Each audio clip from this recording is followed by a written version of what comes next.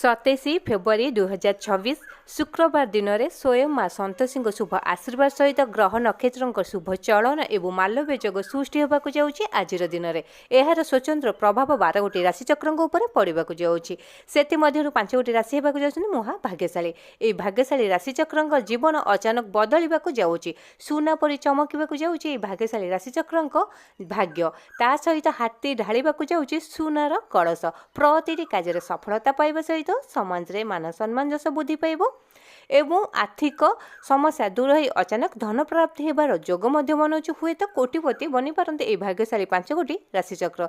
दर्शक बंधु आपण मैंने जदि सहृदय स्वयं माँ संतोषी को श्रद्धा एवं भक्ति करती तो वीडियोटी को लाइक करूँ शेयर करूँ कमेंट बॉक्स रे जय माँ संतोषी लिखि जनातु। एवं आसन जाना ये 5 गोटी भाग्यशाली राशिचक्र नाम।